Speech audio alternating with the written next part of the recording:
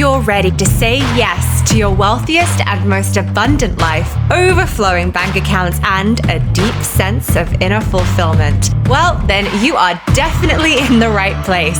Welcome to the Girl Unfiltered podcast.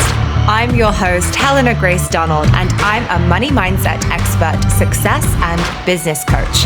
But really, all you need to know is that I am obsessed with helping women feel safe and in total flow around money. So let's do this. Welcome to the first ever Girl Unfiltered podcast interview. And I'm so excited because when I imagined launching my podcast, this was the woman that I imagined coming on and being the first ever interviewee. So I'm so excited to introduce you to Niyc Pidgeon because Niyc is an award-winning positive psychologist, an award-winning and best-selling Hay House author. She's a high-performance and success coach, and she is an absolute sales queen. Niyc is on a mission to help 1 million humans change their lives through entrepreneurship and positive psychology. And to top it all off, she is a multiple 7-figure business owner. But what is so interesting is that in this podcast interview, Niyc shares that in the beginning, her money mindset was absolutely horrendous. So I'm so excited for you to learn, how does somebody go from having a horrendous money mindset to owning a 7-figure business? And I really hope that this inspires you for what's possible. Welcome, Niyc Pidgeon, to the Girl Unfiltered podcast. I cannot tell you how excited I am to have you here because we're going to dive into so many juicy things around money mindset, sales mindset, and talk about your up and coming book. So welcome. Thank you. I'm so excited to be hanging with you today. Yes. I'm going to ask you a rapid fire few questions just so that the listeners can quickly get to know you, and then we'll circle back to anything that's juicy before we dive into some of the deeper content. So where did you grow up? Newcastle upon Tyne in the UK. Yes, Newcastle.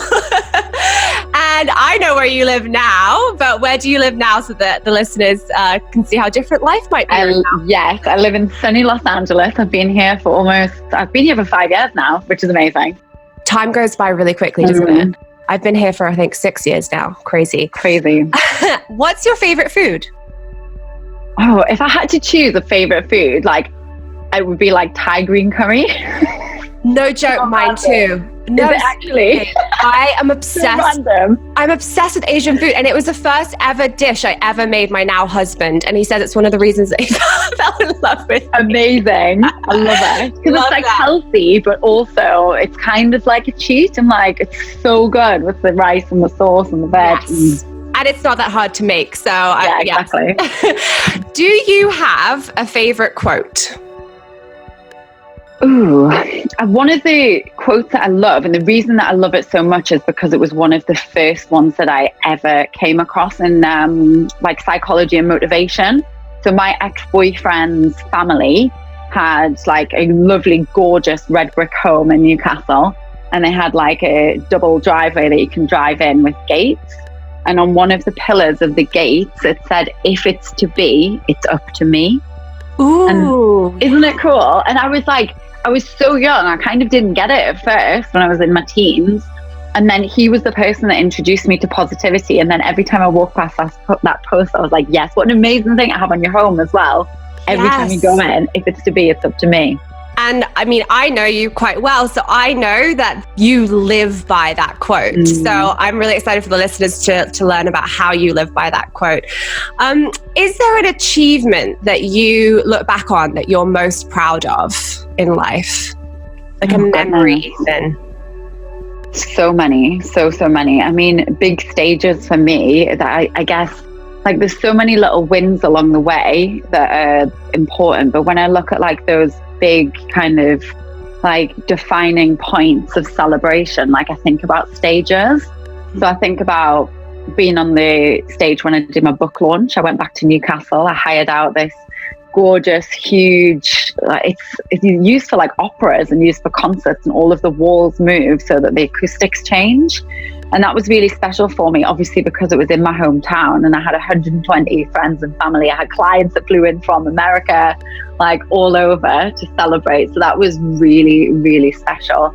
That's and it was so cool. It was awesome. It was something that I'd wanted to do for many years, and I'd wanted to run an event in this space because it was a cool place to run one. So I was like, right, I'm going to go back and do that. And I had all of the flowers that I wanted. I visualized what it would look like, what it would feel like, these big, huge, massive sprays that were like as tall as me.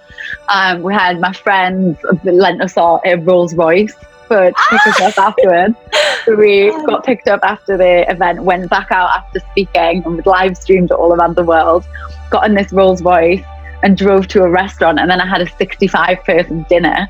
Wow. For afterwards. And it was like a wedding. And it was so special for me because the book had just come out. I've been working on it for 3 years. It was very much like a piece of me, and it was great to celebrate and share with everyone in that space. You know, I love going for dinner. Yes. And I love going for dinner too. Yes. And sometimes we go for dinner together. So yes. Exactly. And how long do you feel you were probably envisioning that moment in life? Because there you are, you're living the reality of it. But I know that you're probably envisioning it and imagining those details and believing it was possible probably before it even came into fruition. Yeah, I always live in my visions. I wrote a post about this for social media the other day. Like people will say to me, like I remember vividly being in Australia or New Zealand and standing in a line for like a burrito bowl or something. And my friend Jessica was like, Nick, it's to Nick. And I'm like, oh, and I was literally like in a vision dreaming about like Necker Island or something. I was like, oh, sorry, I'm back in the room. So I think for the book launch, probably, I mean, the book in general, 3 years, probably that book launch about a year, because I decided, right, I'm going to do this. I'm going to set up the event and this is how I want it to be. So rather than thinking it, I always feel it. So I see it and then I feel how I will feel when I step out on stage. And like, now I have all of that emotion like anchored into me, and it was like it's like a big like feeling of like awesome, like that was really cool, and I know that I can go on to do something that is as good or better in the future now too. Like that's really the key to manifestation, is feeling it first as if it's already happening. So how do you generate those feelings within yourself before it has actually happened? So you've imagined, okay, this is what it's going to feel like when I step out on stage with, let's say, Brendan Bouchard, because I know that that's something that you've done. How do you create those feelings within yourself? So for me, it's easier to do it with a smaller situation and a smaller vision than it is a bigger vision. And I feel like people get stuck when they're trying to visualize because they're thinking about like, what do you want your whole entire life to look like in 30 years time? Yeah. And you kind of call in an image and you might get a snapshot of like, one thing I get when I think about my lifestyle is what my home will look like, what the view will look like, what it feels like to have breakfast there, when my team show up, that type of thing. But what I find is really important is looking at like, what is the snapshot moment in time that you want to connect in with? So for me, for example, going on Brendan's stage, it was always when I step out on stage and how do I feel at that time?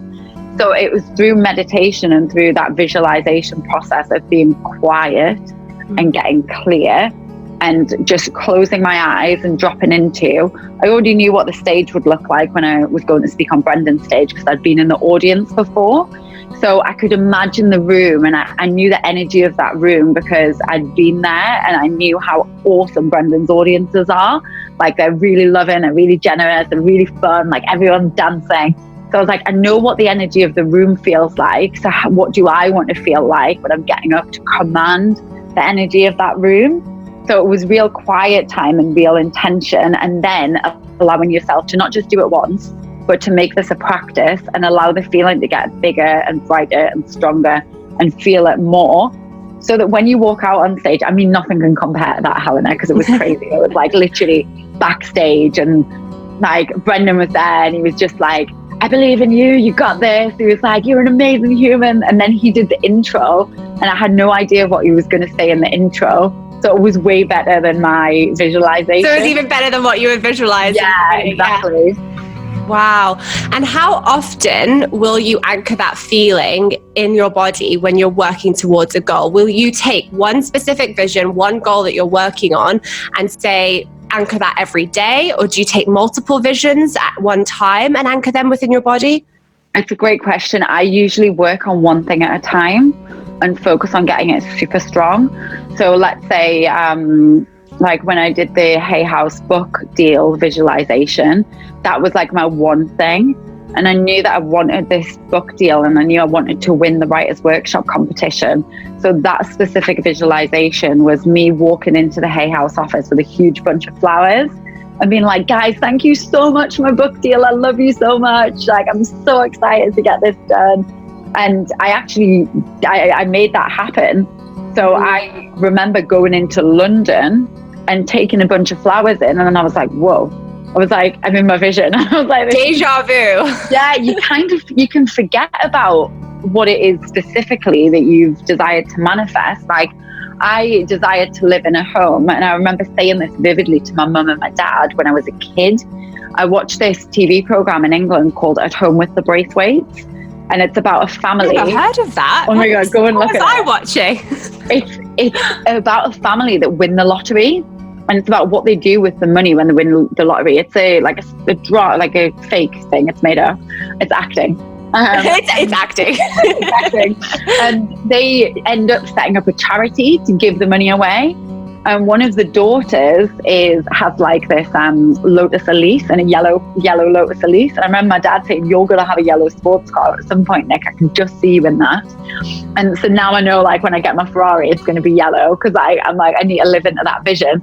But the point that I was supposed to share is, at that time, I said to my dad, because I'd seen on this TV program an apartment with one wall made out of glass.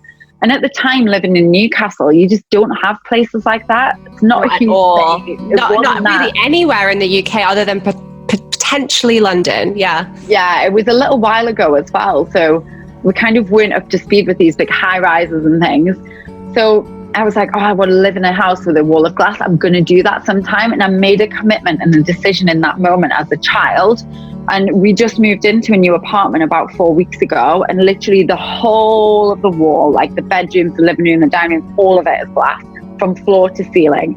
And then I was like, oh, I did this. Like, I'm in my vision. I didn't go out looking for it specifically. But now I know that I created that and manifested it because I made the decision that I wanted it. Wow, this leads perfectly into the question that I wanted to ask you is, let's go back to the beginning, because it's not often, let's get real, that a girl growing up in Newcastle is now living in a skyrise, incredible penthouse downtown apartment in Los Angeles, running her own multiple seven-figure business with a very successful book, speaking on Brendan Burchard's stages with another book soon to come out. So did you always know that this was going to be possible for you? Were you envisioning this way back at the very beginning? Let's go back to where it all began. I always knew that I was meant for something big. I had this feeling inside of myself. I was like, I know I can do this. But I just didn't know what it was that I was going to do specifically. So I had this sense of like the unstoppable feeling, the personal power inside of me. And I actually had that reflected to me by a couple of people early on, which gave me the fuel and the fire to keep on going. So whilst I didn't know that I was going to have like this amazing business coaching in the specific area that I do, I did always have a desire to have a business, for example. I did always have a desire to be a speaker, for example, from like when I was in my teenage years. And I remember that actually my ex-boyfriend's dad, same person as I spoke about before, we had a meeting in 2013 when I was going to do the Google Hangout with Sir Richard Branson and Elon Musk. And he knew Branson because he was the first person to franchise the Virgin V franchise. He had the body shop with Anita Roddick, and then he franchised Virgin V, which was like Virgin Cosmetics. So he was like, I know Richard, I know what type of questions he likes to be asked. And I remember coming out of that meeting and my boyfriend saying to me, oh, my dad said to you, like, Nick's got something. Like, she's got something like about her, something in her that like she's gonna do something big. So I heard that and I was like, okay, I agree. Yes, so I listened. Yeah, I'll agree with that belief. I was like, I'll take that. And then I have a friend who's a monk, and I'd gone for like a lunch with him, and he had gone away and said to a mutual friend of ours the same thing. Was like, she's got like a certain sense of power inside of her, like she's going to do something big. So I had these reflections from totally random people, which would like not ask for, they just gave me them. And that gave me a big sense of belief in myself. You don't need like all of the people all of the time to believe in what you do to be able to actually connect in and make these powerful decisions for yourself. Definitely. But that power was already living within you, and they were validating this belief, and that was growing within you due to all of that being told to you. But you didn't wake up and effortlessly or easily create a 7-figure business. No. What does that journey look like? Because I think so many people who are in the middle of growing their business or starting their business think, well, that person has it easy, or, oh, it happens for people like her. And that's just not the case. And I know that there's been lots of steps along the way for you. So what has that journey looked like? I always recommend, and like I always support people with like taking the next positive step in the right direction, whether that's a big step, like a bold step, or whether it's something really small. And I feel like I've been really good at doing that over the years. And I've been really good at looking for, right, okay, what is the next thing that I've got this big goal over here. And I know I'm not going to get there right away, but what would be a thing that kind of is in the right direction or feels the same way that I want to feel? And how can I choose that thing right now? So rather than it being like, when I set up this particular business, I mean, I've been coaching now for 10 years. I've been working in positive psychology for 10 years, been helping people with their goals for 10 years. But I didn't have this particular company until 5 years ago. And when I'd done a lot of trial and testing and error and doing things totally wrong, but getting a lot of wisdom and market research in those first 5 years. Then when I launched this company 5 years ago, I was able to see more clearly, okay, here's maybe like 3 people who have the type of success that I would like. And here's what I'm going to do based on what I feel like I could do with what they've already done right now. So I'd look at, for example, Tony Robbins. Like, he's like a leader in the coaching space in personal development and business development. So I'd look at Tony and I'd be like, okay, he's on stages, he has online courses, he's doing this coaching thing, but he's in my living room and he's doing it without me needing to go and be in my client like conference room or anything like that. So how can I emulate that in my own way? And it started with me like literally looking at, right, okay, I want to set up an online business because I'm leaving the UK. So I want to have this location independent thing going on. So that really was step one. It was like, how do I get my business online? And then once I got my business online, I was like, okay, so there's this 6-figure thing. Like, people can make 6 figures with an online business. I was like, okay, I want to do that. So then I made 6 figures in 3 months. And that was the point where I was like, okay, it's showtime. Let's go. Let's make 7 figures. 6 figures in 3 months. Did you work on your money mindset story around that time? Yeah.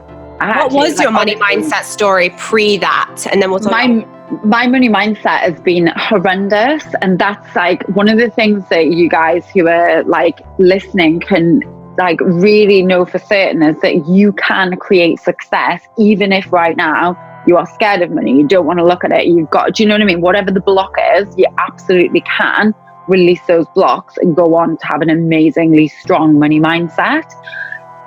If I look back like even further than when I started my business, I've noticed like what it is or some of the reasons that I've had the money mindset that I've had. So I used to be told when school started in September, you know, when everyone gets the new like pencil cases and the new shoes, I was never allowed the new shoes that every cool kid had. They were like, no, Nick, you can't have those ones, they're too expensive, but you can have these ones down here. Christmas would go to, you'll know all these because you're English, Toys R Us. Yes. So we'd go to Toys R Us and we'd like go and look at the board games. And at Christmas time, everyone got a new board game, and there was a cool board game every year. And the same thing. No, you can't have that one, but you can have this one over here. So I got used to growing up not being able to have, or not believing that I could have what I want, but believing that I could have something that was kind of like satisfactory, that I didn't want, and that was all I was going to get. So that was one of the things that I had to break out of.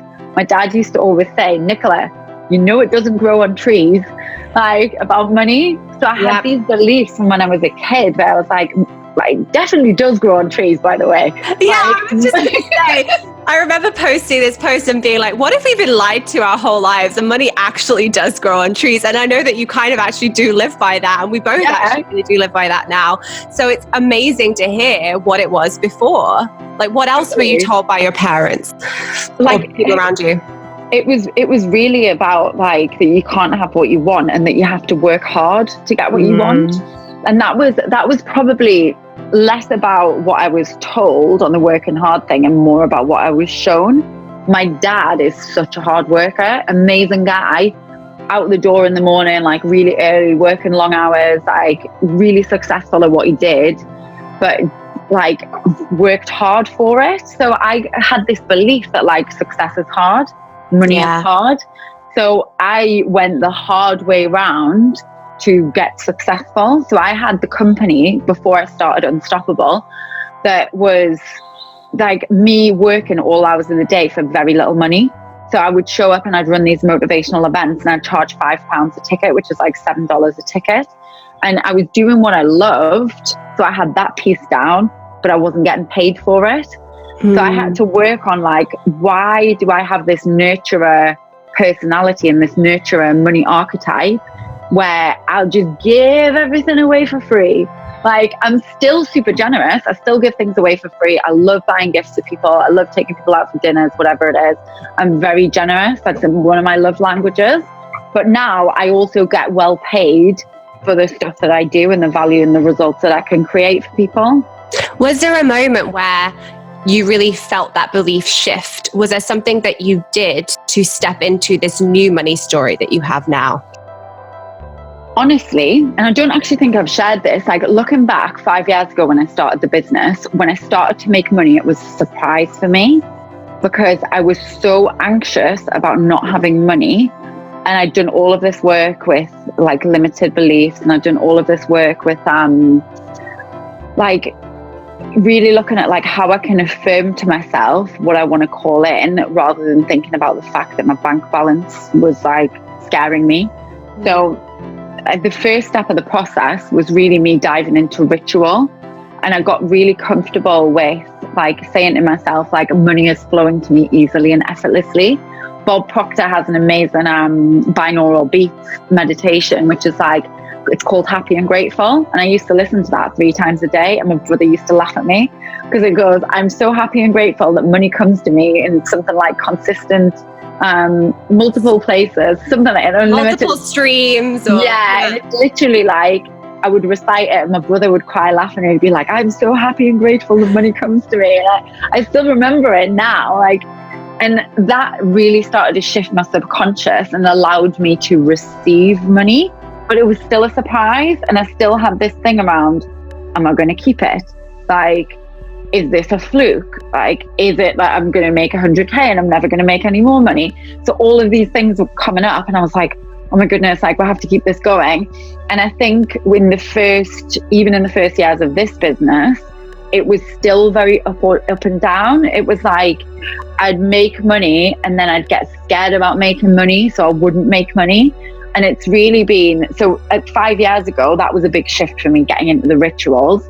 And then I think probably in the last 2 years, I've got much more trusting, shall I say, because even though I'd made all of this money and like had $1 million business by the time I was 30, I was still kind of in this place of like, I've done it. Oh my God, I've done it. And then really from that point, it was more like trusting that this is a foundation, this is a new normal, like it's not going to go away. I can trust that I can receive. I trust that there always is an ongoing stream of amazingness. And I think I thought that before, but sometimes I didn't feel it. And because sometimes I wasn't feeling it, and I was allowing that anxiety to flow in, it meant that I had that up and down and that roller coaster at the start of this business too. Now it's much more consistent, and I'm just so much more grounded and so much more trusting in who I am, what I do, how I can help people, and the fact that money is all around. Wow, I love that. And I know that you credit Kundalini yoga a lot to some of the shifts that you've had in your money story and financially. Could you explain a little bit about how you've used that to shift your money mindset? I love it. Everyone should do it. I'm literally like, it's the weirdest thing when you first start out, and it is the most amazing thing as well. So I started Kundalini yoga, and it's been such a good practice for me for many reasons. It allows you to connect in with yourself, your higher self, your awareness. It helped me release a lot of emotion that I had, like a lot of toxic emotion in the early years, 7 years ago of practicing, that was attached really to like old relationships, for example. And all of this stuff like holds us back. Like if you're holding on to past resentments, or you're holding on to fears or scarcity, like you have to let that go for you to be able to grow and fully step into this empowered, embodied version of the badass that you are and that you're going to continue to be. So it started with that. It started with a lot of releasing and a lot of letting go. And like I was crying in the meditations and the yoga and the chanting and stuff. Then really what I noticed was I got a stronger sense of personal power, because a lot of Kundalini is using your voice. It's a lot of chanting, a lot of singing. And in the meditations, like you'll recite a mantra. So through that, my voice got stronger. So obviously like physically and literally it got stronger, but metaphorically and spiritually it got stronger as well. So I got clearer on who I am and what I want to do in this world. And I got more fearless around showing up as that. And it sounds bizarre, you go to yoga and meditation and you feel stronger and do better in your business. But really it's about your sense of confidence, your strength of like your spirit and how you're showing up and being unstoppable and nobody being able to knock that. As well as that, there's some very specific practices within Kundalini. I mean, we've been to class together many times. And there's some very specific practices that relate to prosperity. There's mantras that you can chant and sing, which will call in more prosperity. So when I first moved to LA, I actually did that. They do like a streak in Nine Treasures Yoga in LA. And they do the same meditation for prosperity every day. And they did it for 1,000 days. And then they started a new streak. So things like that, like the one that we do in class. And then there's one that I did at home on my own at 2:00 every afternoon to give myself like a routine. And that was the Ekankar Satguru Prasad. It's the only Kundalini meditation that comes with a warning, because it's so powerful for manifestation. So if you're thinking negative thoughts, or you're thinking about what you don't want, you'll manifest what you don't want. I was good because I manifested what I did want, and I used that specific Kundalini meditation to manifest the 35K in 35 days when I first started this business. Wow. And what I think is so interesting is I hear you talk about the up levels in your life and business, especially around money, is that you're really talking and speaking into embodying it, about it being within you, rather than we've not even really talked about business strategy. I know that that has a big part to play in your business, but we're really talking about mindset and it being and living within you. So do you feel, I kind of know the answer to this, that mindset plays just as big of a part in business for us as strategy does? Absolutely, because if you have the strategy and you don't have the mindset, then the strategy isn't going to work. Because if you don't believe that you can go and create this, and you don't have the belief that you can make money, keep money, like enjoy money, deserve money, then you're not going to be able to do it. Like the strategy is great, but what you see is like people are like, why isn't the strategy working? And it's like, because you don't believe that it can. And it's a very simple way of saying it. Obviously there's a lot that goes into it, but we're always working on our inner self. We're always working with our subconscious. We're always working to, like, I had a RTT session yesterday, like nothing to do with business. It was actually to do with my sleep. But I, as a psychologist and as a coach, I'm continually like, what thing is annoying me in my life right now? Where do I feel like I'm not? Like, what am I, like, where am I tolerating something? Or where am I not like as highly expressed or as happy or as satisfied as I could be. Cool, I'm going to go do something with my beliefs and my mindset on that. So it has to come through in everything that you do. And if you want to be an entrepreneur, a coach, a business person, an influencer that is here for the long term, then you need to develop a strong sense of self and a strong mindset to make sure that that happens. Absolutely, and consistently be working on it. So you work with amazing female entrepreneurs every single day. You help coach them. What do you notice are some of the core money mindset beliefs that they are actually struggling with? What are some of the patterns and trends that you see pop up for them? Some of them is, it's different for everyone. And again, it's layered. So it might not just be one thing. It might be like during one phase, one thing comes up. And it might be that during another phase or in different areas of your life, you see the same pattern, but it's actually related to money, and money is the place that you can heal it. So one common example is I'm not worthy. So I don't deserve money. So I'm not able to receive money. Another one is that it's going to get taken away. So I can make money, but it's going to go away, or I can have happiness, but it's going to get taken away, or I can get in the relationship, but I can't sustain it. So it's like this push-pull thing that goes on. And you see that show up in so many different ways. Like some people might make the money and they might spend it. Some people might make the money and then have a car accident and have like a big expense. Some people might make the money and then get asked for a refund, for example. So it's like looking for the patterns and looking for what happens that really allows you to have the awareness around what is the thing that I'm seeing that I don't want to be seeing, and how can I actually lean further into that thing to like unpack it so that I can create a new story for myself. Yeah, and I know that I was definitely playing out those patterns when I started my business. And it wasn't until I really understood what money mindset was that I was able to shift it. And what you've spoken into is really, we all have our own inner money set point. And it's like our own financial thermometer that basically defines what is safe for us to have. And that's built up over time from our programming and what we see all around us. And so with every up level and with every shift, it's like we actually have to work on the next phase of our inner money set point so that it's safe to receive the next stage of financial prosperity for ourselves, because we're moving that financial thermometer up and up every time. Have you had new shifts and new beliefs as you've grown? So you made your 35K in 30 days first, then you probably hit 6 figures. Now you're at 7 figures. What have those shifts felt like for you?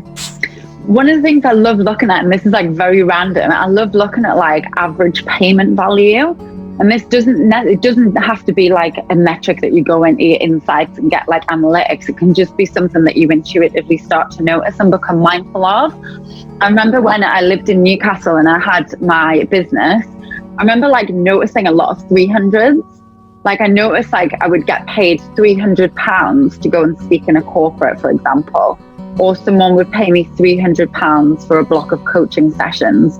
And I was like, oh, this is cool. Like I'm earning £300 a lot. And it seemed like that was like the energy in the space that I was in. Then you notice like when you start to sell, for example, it's 3-month coaching program, my average value was now like 3,000 rather than 300. So I noticed, oh, actually I must be like vibrating on a different like money frequency right now to be able to receive the general vibration of 3,000 coming in. Now, when you look like our programs, like our masterminds are like 15,000, 25,000, I've got my one-on-one coaching as well. So you look at like actually how able and how open are you to be able to receive, and how can you notice by what you are generally receiving as like an average payment level, how you've grown. That's one of the things that I've definitely noticed. Another thing that I've noticed is in terms of my certainty level, like that is definitely something that has shifted, and that's because of 2 things. So I always teach that your certainty will come from like the things that you sell. So if you're selling something that creates a result, you have to be 100% and more certain that that thing can create the result. So you get a lot of certainty from that. And so that's like a practical tip really, like what can you put into your programs or your products or your services that will allow you to be so certain that this thing will work that you can now sell it. and the mindset piece.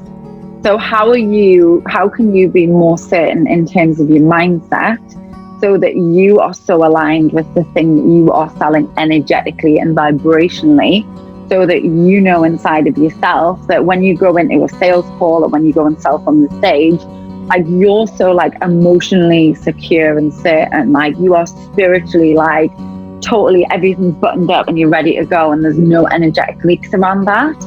So I got really, really certain about the stuff that we are selling, and I know inside my mindset that it's completely bulletproof. I've got no question around like my mindset is very much people need what we sell because it really helps them. And actually, if I let somebody that I know is a good fit for a program or a product, if I let someone go off into the wilderness, and actually that's irresponsible of me because their mindset will be negatively affected because of that. There's something that happens when people just make a decision, like an empowered decision for themselves to step into a coaching relationship or to sign up for the product or to go to the event or whatever it is, that I now know the responsibility of my caretaking of somebody else's growth in their mindset, as well as having the certainty within the product itself.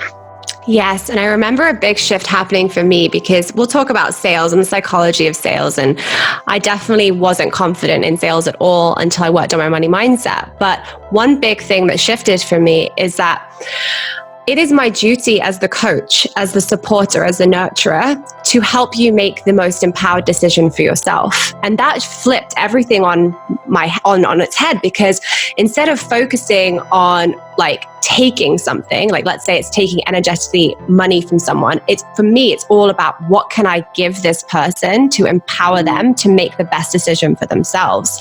And I think so many women are terrified of sales and they're missing that receiving element. They're scared to actually receive what their worth is, really. Have you always been really powerful in sales? What is your psychology of sales? No. I used to hate sales. I used to live, I went to Australia for 6 months when I had a gap year in between starting university, and I got a job because I was bored, and I worked in a call center. And I was so nervous. It was horrible, Helena. I was literally like so nervous to pick up the phone. I was like, I had this like nervous like yawn that I would do before I would pick it up. So no, I haven't always been comfortable, but I've always been willing to get better. I've always been willing to like put on a brave face and like do my best and show up and give it a go. Because I know that when you do that, you've got more of a chance than if you kind of hang back and you like tiptoe around it. So I've always been like, what is the thing that I'm scared of? How can I make a bold step within that? How can I learn more about it? How can I just get on the stage and sell and give it a go? And if no one buys, who cares?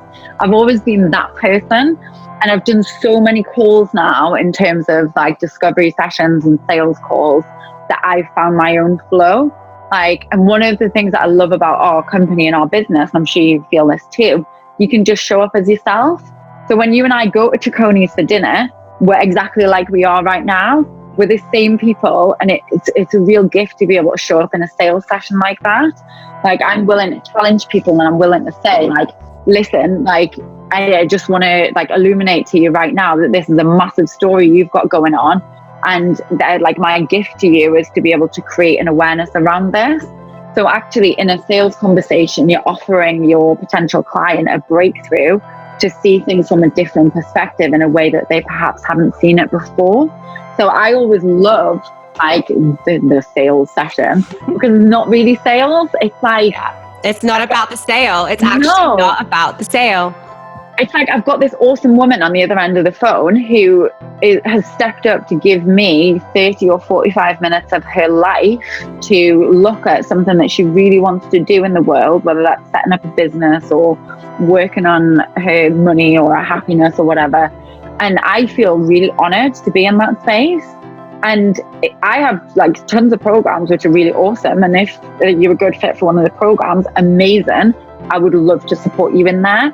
And actually, if I'm not going to support you in there, like what potentially is going to happen instead? Like Are you going to go off and are you going to feel less empowered? Are you going to feel less able? Are you going to take longer to reach your goals? So I'm always like, let's play with this. Like, this is cool. This is an opportunity. What do you want to create? Okay, cool. Would be silly not to do it if it feels like it's the right fit for us both. So I love those conversations. I just feel like they're so fun, and we have awesome clients. I'm very, very grateful for our clients. Definitely. And I just want to point out that one of the first launches that you did had one sale. The reason I want to point that out is because so many people think that they launch something and it takes off and that's it, the end, I'm successful. Mm-hmm. But you didn't use that as proof that this wasn't what you were supposed to be doing.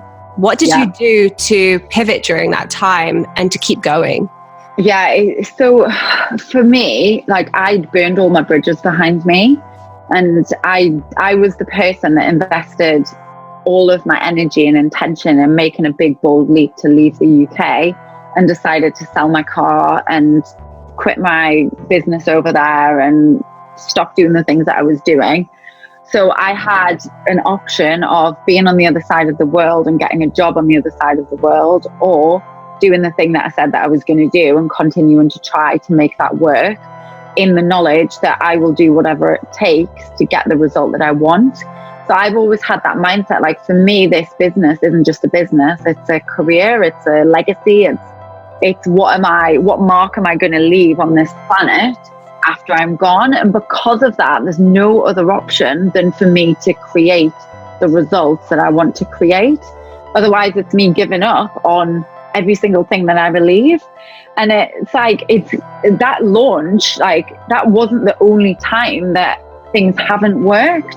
I've set up marketing funnels and I've spent tens of thousands of dollars testing, like, a Facebook ads campaign, for example. And after that time, it hasn't worked. So it's an expensive test.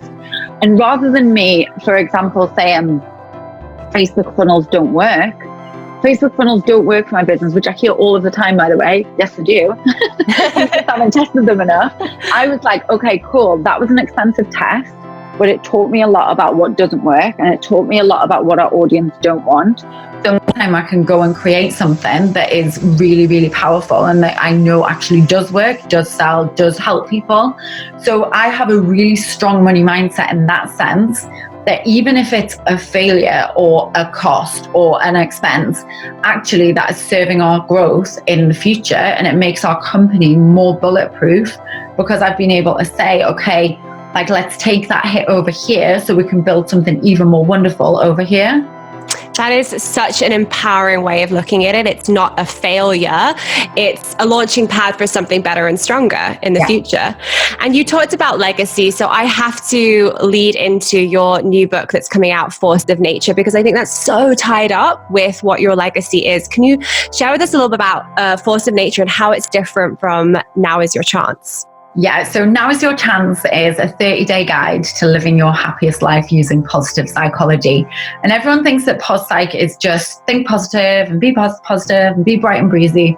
And it's not. It's so much more than that. So PosPsych has actually got a dark side to it. And we look at the power of negative emotions, or the power of adversity and challenge to allow us to thrive, which is what we were just talking about. Like, how have those things that you've done wrong actually contributed to doing more right in the future? So it has this, like, finding strength through struggle theme throughout that book. And what Force of Nature does is it takes that theme even deeper. So it's really like a deeper, more powerful body of work in the area of positive psychology, which advances the science to look at how humans can shift from trauma to high performer, and why some people decide to do that and they go through adversity and chaos and challenge, and they make a decision to go on to thrive and perform better than ever before, and why others decide to quit. So I've had 3 friends who've taken their own lives and they've died because of suicide. So I'm fascinated, like, what makes somebody decide that they don't want to be here anymore, and what makes somebody else decide that they're going to keep on going. Is it spiritual? Is it a mindset thing? Is it environmental? Is it their social support? Is it their soul's purpose on this planet? Like, what is it? And when I figure that out, I feel like it can help so many people. So Force of Nature is really about like channeling and connecting with this inner power within and figuring out like what is it that humans need so that they can move out of this survive and move into thrive. That is so powerful. What has the research looked like for understanding that on a deeper level? Well, a lot of the books that I've read over time have contributed to the research for that, and I'm doing interviews. So we're leading a series of interviews which really allows the person who's being interviewed to share with us what their understanding of trauma is, first of all, rather than me saying trauma is this collection of things over here and these things aren't included. I want to know, like, from people's personal experience, what has been your experience of trauma? So whether that's a Holocaust survivor or a professional athlete or somebody who was raped or somebody who went through divorce, I don't want to say like what's right or what's wrong or what's trauma or what's not. So there's a lot of research in that area. There's a lot of research already in post-psych and post-traumatic growth, but there's nothing that connects high performance, which is Brendan's stuff, and actual experience of trauma. So it'll be the first time that that bridge has been made specifically into the space of high performance. So I want to like really explore this new concept of post-traumatic performance. So that's where it's leading. And I don't necessarily have we know, for example, hope is something that really helps when we're going through times of challenge and adversity and struggle. A sense of hope really helps, and sense of hopelessness means that people are more likely to quit. So there's a lot of research in a lot of different areas, but I really want to bring it all together, and I want to create this new understanding of what post-traumatic performance really is. That is amazing. And you are the definition of unstoppable. Here you are running a 7-figure business, researching incredible positive psychology, almost on your second book, just absolutely incredible. What is one last message or giveaway that you would love to tell the listener about the unstoppable woman within her? Amazing. She's always with you. So the unstoppable woman within you is always, always there with you and for you. You just have to make the decision to connect in and to really allow her strength to grow. I know that all of you feel it. I know that you've got that sense of fire within you, and that force of nature is really waiting to get out. So like nourish her, nurture her, like speak to her, empower her every day. And that thing which is a little flicker and a little flame and a little fire inside of you will be something that cannot be ignored. And it'll be this big, bright, shining, burning, like desire, mission, like that is completely unable to be ignored. Yes, ladies, keep nurturing that inner flame, that inner spark, and it will turn into fireworks before you know it. Love it. Thank you so much, Niyc, for joining us. Where can people learn more about you? Where should they go to find you? I love Instagram. So I'm at Niyc Pidge on Instagram. We also have the website, which is niycpidgeon.com. And I'm loving YouTube right now. So you can find all of my videos on YouTube as well. Amazing. Thank you so much for joining us. This has been full of so many amazing takeaways for the listeners. So thank you. Thank you. If you loved today's episode, please be sure to leave a review on iTunes and hit the subscribe button, because women supporting women is my jam. And if you want extra daily doses of motivation, then be sure to follow me on Instagram at girl_unfiltered. And go ahead and screenshot this episode, send me a DM, and share your biggest takeaway, because I love hearing from you and I just really want to drop into your DMs, basically. So I'm sending you so much love and abundance, and have an amazing day.